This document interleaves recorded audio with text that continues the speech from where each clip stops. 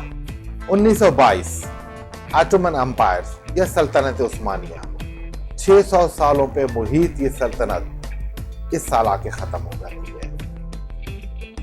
مسلمانوں کے واحد مرکز، سپر پاور، اور 1923 میں مصطفیٰ کمال پاشا اتا ترک اس کی جگہ ایک نئی سلطنت کا اعلان کرتے ہیں، اور بالفور ڈیکلیریشن کے بعد 1926 میں برطانوی شاہی دربار کے ایک اہم رکن نے بادشاہ کی رضامندی سے ایک اجلاس کا حوالہ دے کر بالفور ڈیکلیریشن کی توثیق کر دی اور اعلان کر دیا کہ اب سرزمین فلسطین میں ایک نئی یہودی سلطنت کا قیام ہوگا، اور یہ نئی سلطنت کا پہلا اعلان تھا۔ اس کے ساتھ ساتھ ہم معاشی میدان میں بھی دیکھتے ہیں کہ بہت بڑی تبدیلیاں رونما ہو رہی تھی، جیسے کہ 17 مئی 1930 the bank of international settlement کا قیام۔ یہ بینک آف انٹرنیشنل سیٹلمنٹ یہ کیا چیز تھی؟ تو جناب پہلی جنگ عظیم میں یہ چیز محسوس کی گئی کہ دنیا میں اب تجارت کاروبار سونے اور چاندی میں ممکن نہیں ہے۔ اس کی سب سے بڑی وجہ کساد بازاری، جس کو ہم کہتے ہیں ریسیشن، انٹرنیشنل ریسیشن، ایک عالمی کساد بازاری، ایک بحرانی کیفیت، معیشت تباہ ہو گئی، کاروبار تباہ ہو گئے، لوگوں کے پاس کاروبار کرنے کے لیے سرمایہ نہیں ہے، ملکوں کے پاس خزانے خالی ہیں۔ تو ایسی صورت میں واحد حل تھا کہ سونے کے ذخیرے اکٹھے کیے جائیں، اور وہ سونا واحد ہاتھ تھی جس کی بدولت ایک نئی معیشت قائم کی جا سکتی تھی، اس کے بدولت ایک نئی تجارت اور نئی اکنامکس کا وجود ممکن تھا۔ لہٰذا اس سونے کو حاصل کرنے کے لیے سونے کے سکوں کا خاتمہ کر دیا گیا اور اس کی جگہ ایک ادارہ قائم کیا گیا جس کا مقصد یہ تھا کہ اس سونے کے بجائے اب جو نئی کرنسی شامل آئے گی اس کی مالیت کو تعین کرنا، کہ جس ملک کے پاس جتنا سونا موجود ہوگا اس کی مالیت کے حساب سے وہ ملک اپنا کرنسی نوٹ جاری کرے گا، اور اس کی قدر اور اس کی مالیت اسی کی طرح سے طے کی جائے گی۔ یہ بینک آف سیٹلمنٹ کا پہلا قیام تھا، گو کہ یہ ابھی بھی موجود ہے، کام کرتا ہے۔ آج بھی فارن ایکسچینج کے جو ریٹس ہوتے ہیں، جو مختلف کرنسیز کی قدر ہوتی ہیں، وہ یہی متعین کر رہا ہوتا ہے، اس کو دیکھ رہا ہوتا ہے، لیکن اس کے کام کرنے کے طریقے اب بدل گئے ہیں۔ اب سونے کے ذخیرے کی جگہ پہ GDP لے چکا ہے، جس کا ہم پہلے ذکر کر چکے ہیں، آگے پھر تفصیل سے دیکھیں گے۔ اور اسی کے فوراً بعد 28 دسمبر 1933 میں سونے میں تجارت یا سونے کے محفوظ ذخیرے کے بدلے جاری کردہ جتنے بھی سرٹیفکیٹ تھے، پرومسری نوٹ تھے، وہ سب منسوخ کر دیے گئے اور اس کی جگہ پہ کرنسی نوٹوں نے لے لی، اور پہلا کرنسی نوٹ، باقاعدہ کرنسی نوٹ جس کو federal reserve bank of America نے جاری کیا، اسے ڈالر کہا گیا، وہی ڈالر جو ہم اور آپ آج جانتے ہیں۔ 1934 میں امریکہ میں گولڈ ریزرو ایکٹ 1934 آتا ہے، اور اس کے تحت سونے کے سکے اور تجارت کے استعمال کو مکمل طور پہ ختم کر دیا جاتا ہے۔ اسی طرح سے دنیا کے دیگر ممالک میں بھی ایسا کیا جاتا ہے، اور اس کی سب سے بڑی وجہ ہم بتا چکے ہیں آپ کو کہ وہ کساد بازاری، مالی بحران، جس سے ہم انٹرنیشنل ریسیشن کہتے ہیں، اور اس میں سونے کا زیادہ سے زیادہ ذخیرہ اکٹھا کرنا تھا۔ اب جناب حالات کچھ ایسے چل رہے ہیں کہ دنیا تجارت میں اور معیشت میں ایک نئی شکل لے رہی ہے، ایک نئی کروٹ آ رہی ہے، اور ایسے میں ہی ایک خوفناک جنگ شروع ہو جاتی ہے۔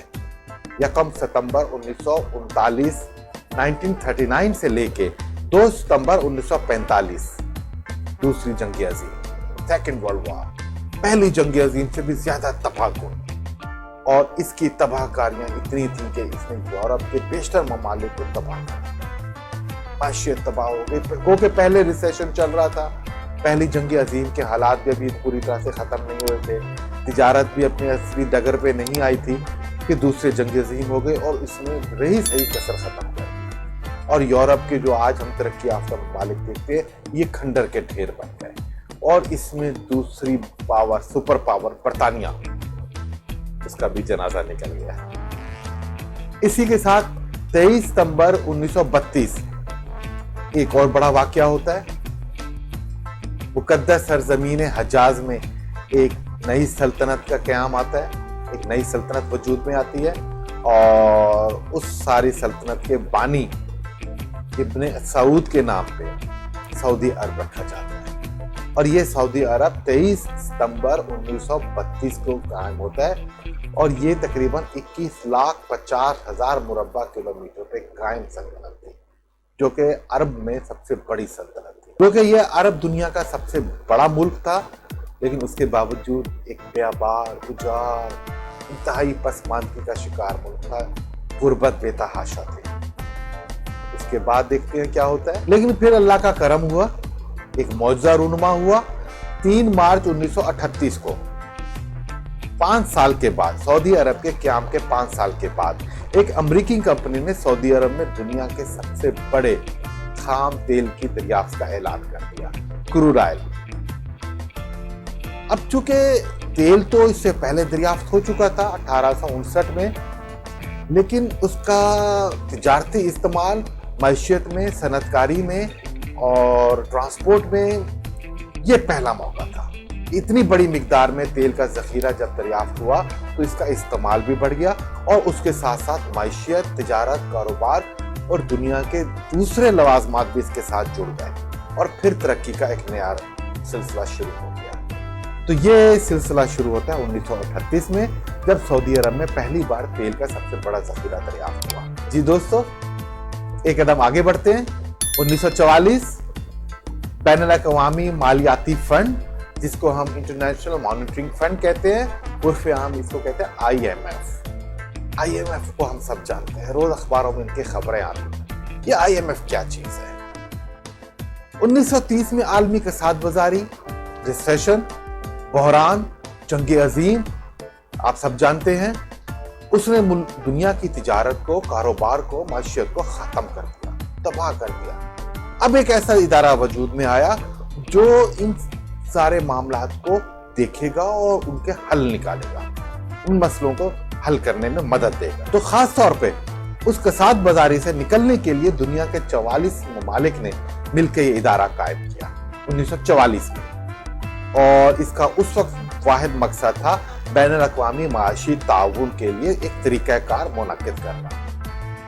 آج اس ادارے کے 190 ممالک ہیں، اور ایک اندازے کے مطابق دنیا میں تقریباً 215 ممالک ہیں، اور یا پھر 196 دو جگہوں پہ رائے پائی جاتی ہے، تاہم 190 ممالک اس کے رکن ہیں۔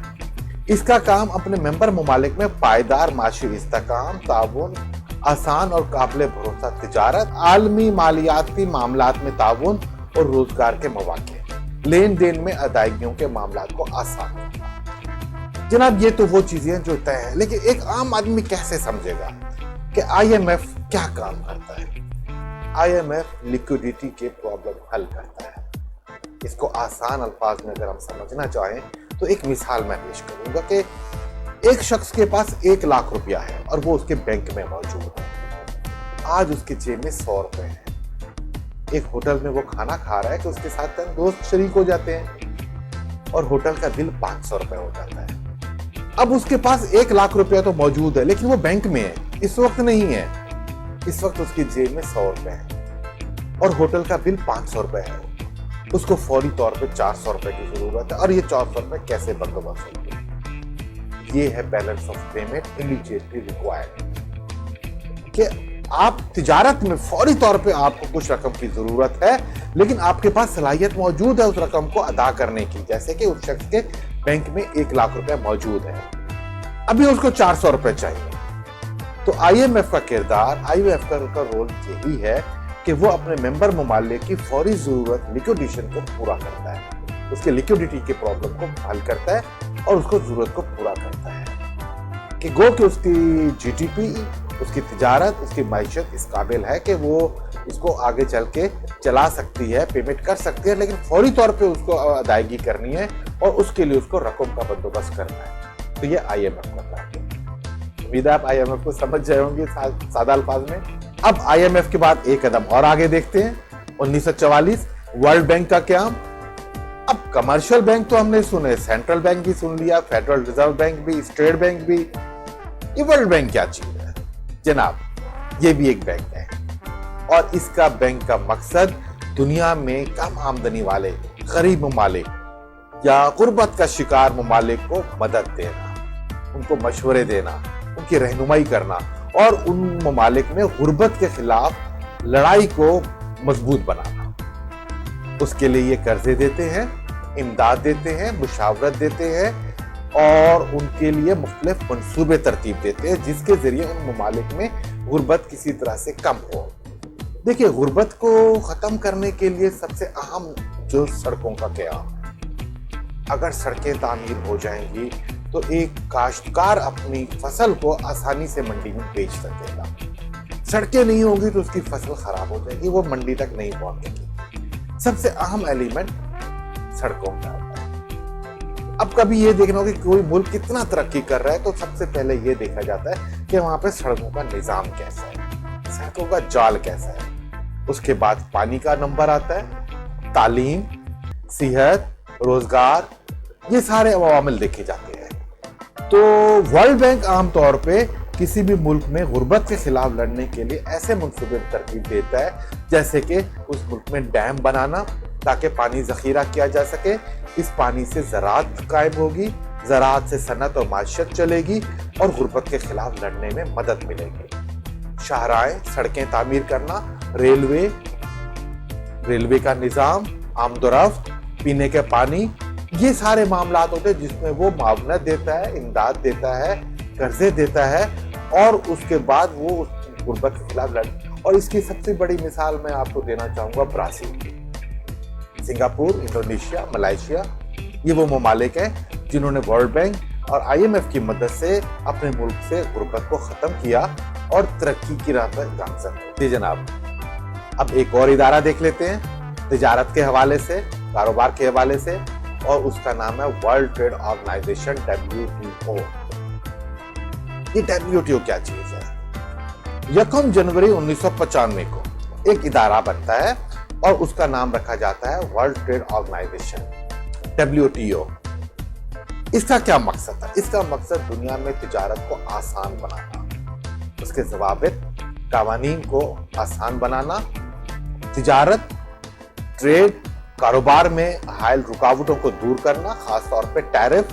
اس ادارے کے قیام کا مقصد تجارت کو آسان اور قابل رسائی بنانا، تجارتی قوانین کی پاسداری، باہمی تجارتی معاملات کو صلح صفائی سے نپٹانا، تجارت سے منسلک افراد یا تنظیموں کے حقوق کا تحفظ کرنا اور ان کی رہنمائی کرنا، تجارتی معاہدوں کا انتظام کرنا، مذاکرات کے لیے پلیٹ فارم مہیا کرنا اور معاملات کے حل کے لیے حوصلہ افزائی کرنا تاکہ تجارت میں اضافہ ہو۔ اس کا ہیڈ آفس جنیوا میں ہے۔ اس سے پہلے ایک ادارہ ایسا موجود تھا جس کو ہم گیٹ کہتے تھے، General Agreement on Tariff and Trade, جس کا شارٹ گیٹ تھا۔ یہ 1948 سے قائم تھا، لیکن اس کے بعد آہستہ آہستہ یہ غیر فعال ہوتا چلا گیا۔ تو ضرورت محسوس ہوئی کہ ایک ایسا ادارہ بنایا جائے اس کی جگہ لے اور تیزی سے وہ کام کرے۔ اب چونکہ پاکستان گیٹ کا ممبر تھا، لہٰذا پہلے دن سے ہی WTO کا وہ ممبر قرار پایا اور اس کی تجارت میں اس کی رہنمائی بھی شامل تھی۔ تو ساتھیوں، آج ہم نے دیکھا کہ پہلے 100 سال میں بڑے بڑے جو واقعات رونما ہوئے، کچھ اور واقعات بھی تھے، ہم ان کو بھی دیکھ لیں گے، اور اس کے بعد ایک ہم دیکھیں گے کہ کاروبار شروعات کیسے